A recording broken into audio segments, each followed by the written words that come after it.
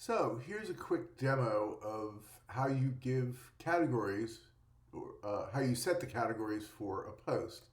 So I've created a test post here, and it's right here.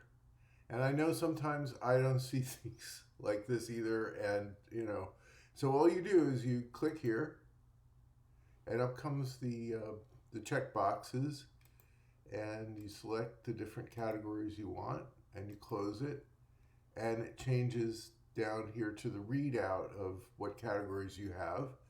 And then if you want to change them, you just go and do that, and now it changes.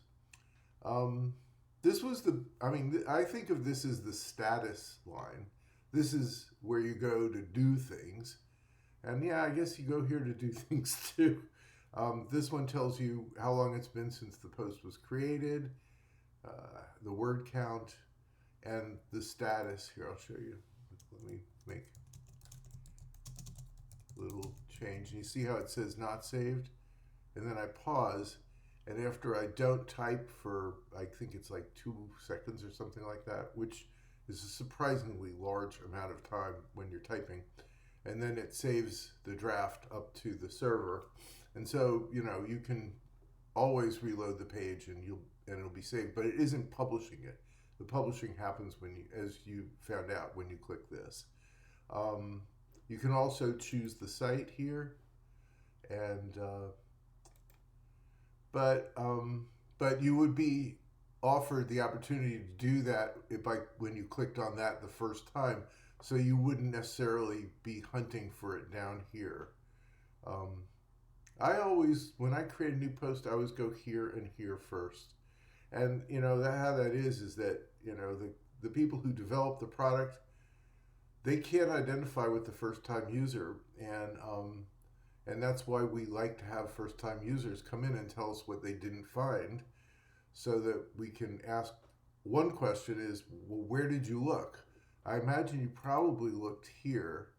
Let me move this over a little bit so you can see. You probably moved here, and then there are categories here, category commands here, and you probably would have thought, well, why can't I set the categories here? And that's a fair question, actually.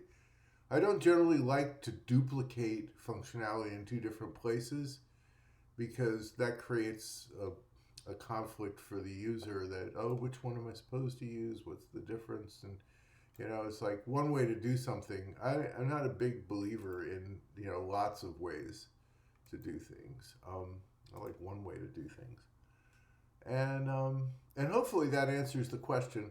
I just want to add also that oops, I didn't want to do that. Well, here we go. Right, you can set the title here, or you can also set the title here. So you know what? I kind of need to.